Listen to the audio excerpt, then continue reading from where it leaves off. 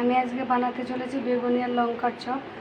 High বন্ধুরা, আমি নতুন একটা রেসিপি নিয়ে চলে এলাম। আমি এখানে নিয়ে নিয়েছি একটা বেগুন। এবার আমি বেগুনটাকে কেটে নেব। আমি এইভাবে বেগুনগুলোকে কেটে নিয়েছি পাতলা পাতলা করে। আমি এখানে 2 হাতা বেসন দিয়ে দিচ্ছি।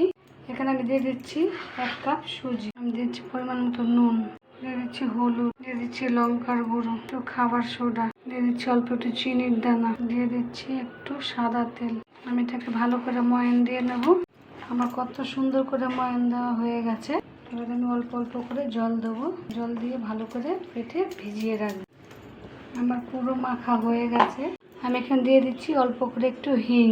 আমি একটা কাঁচা লঙ্কা ঘষে দিচ্ছি এরকম করে। আমি এখানে কটা কাঁচা লঙ্কা নিয়ে নিয়েছি আর এখানে 2টো কাঠি নিয়ে নিয়েছি।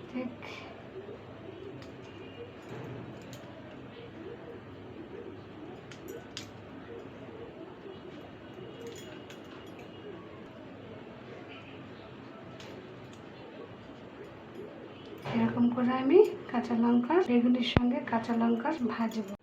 কি সুন্দর হয়ে গেছে। আমি এরকম করে বেগুনিটাকে নিয়ে দেখুন বন্ধুরা, কি সুন্দর বেগুনি হয়ে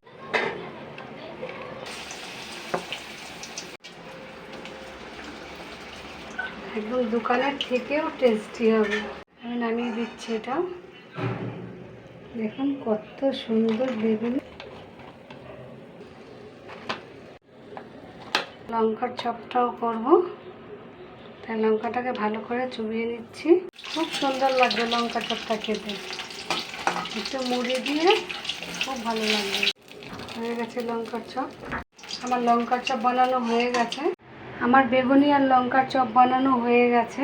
এর সঙ্গে যদি একটা চাটনি হয় তো ভালোই লাগে, মন্দ না। এখন এত সুন্দর হয়েছে।